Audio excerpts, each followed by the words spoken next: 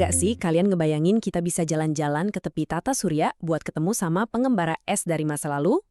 Nah, beberapa menit ke depan kita bakal kupas tuntas misteri di balik salah satu pemandangan langit yang paling spektakuler, komet. Mungkin pas lagi iseng lihat langit malam atau pas lagi camping, kalian pernah lihat seberkas cahaya yang melesat cepat, ninggalin jejak yang keren banget di belakangnya. Orang sering banget nyebutnya bintang jatuh atau bintang berekor.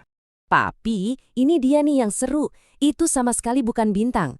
Yang kalian lihat itu sebenarnya komet, sebuah bola salju kosmik raksasa yang udah ngelana di gelapnya luar angkasa sejak tata surya kita pertama kali terbentuk.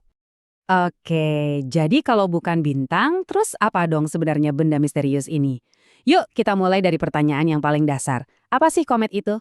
Para astronom punya julukan yang pas banget, bola salju kotor. Coba deh bayangin gumpalan raksasa yang isinya es, gas beku, batuan, sama debu. Ini bukan material sembarangan loh. Ini tuh sisa-sisa bahan dasar pembentuk tata surya kita yang umurnya udah 4,5 miliar tahun. Sebuah fosil kosmik, keren kan? Sekarang, ayo kita bedah si pengembara es ini. Jadi, pas sebuah komet deketin matahari dan jadi aktif, dia nunjukin 3 bagian utama yang khas banget. Semuanya itu berawal dari sini. Intinya, atau biasa disebut nukleus. Ini adalah jantung padatnya komet, sumber dari semua aktivitasnya. Uniknya, meskipun dia jadi sumber pertunjukan cahaya yang luar biasa, permukaan inti komet sendiri justru seringkali gelap banget, bahkan lebih hitam dari aspal. Waktu komet mulai mendekat ke matahari, panasnya mulai bekerja. Es di permukaannya itu nggak mencair, tapi langsung menguap jadi gas. Proses ini namanya sublimasi. Semburan gas sama debu ini kemudian ngebentuk awan raksasa di sekitar inti yang disebut koma. Nah, inilah yang kita lihat sebagai kepala komet yang bersinar samar di langit.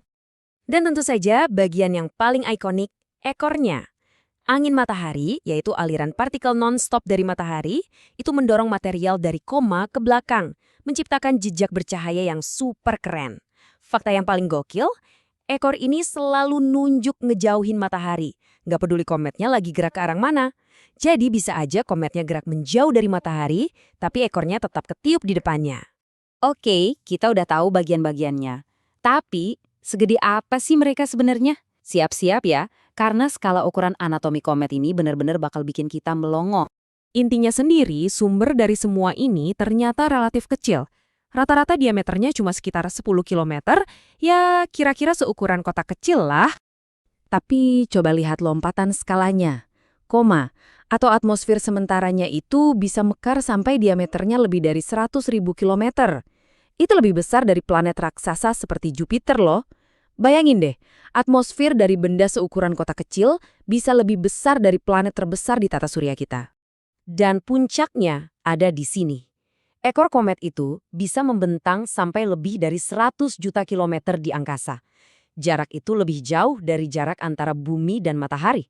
Coba pikirin sebentar, sebuah objek seukuran kota bisa menciptakan fenomena yang membentang melintasi sebagian besar tata surya. Luar biasa. Jadi dari mana sih asal bola-bola salju kosmik raksasa ini?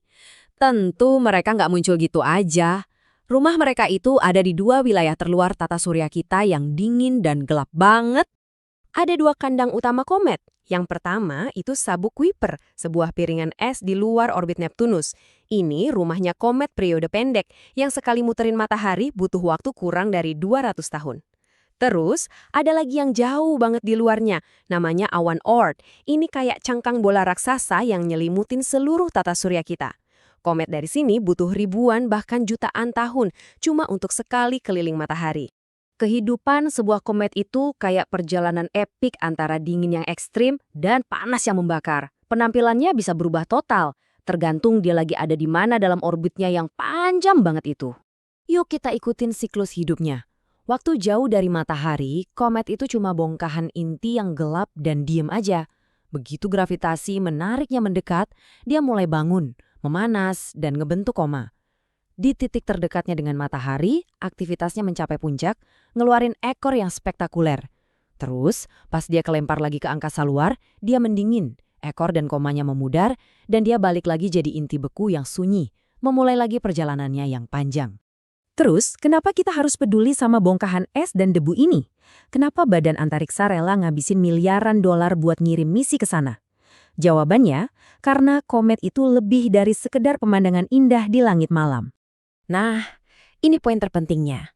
Komet itu ibarat kapsul waktu, karena mereka ngabisin sebagian besar hidupnya di kulkas kosmik yang jauh dari matahari, komposisi kimianya hampir nggak berubah sama sekali sejak tata surya kita terbentuk. Mereka itu peninggalan murni dari masa lalu. Dengan mempelajari komet, kita bisa lihat resep asli pembentukan planet, termasuk planet kita sendiri, Bumi. Bahkan, ada teori kuat yang bilang kalau komet-komet inilah yang dulu membombardir Bumi pas masih muda, ngirimin sebagian besar air lautan kita dan molekul organik, blok bangunan dasar kehidupan. Jadi lain kali kalian lihat bintang berekor melintas di langit, ingat ini ya, kalian nggak cuma lagi lihat sebongkah es, kalian lagi menyaksikan fosil dari fajar tata surya, sebuah pesan kuno dari masa lalu yang mungkin memegang kunci jawaban dari mana kita berasal. Pertanyaan yang tersisa, rahasia apa lagi ya yang masih terkunci di dalam inti bekunya, nunggu buat kita ungkap?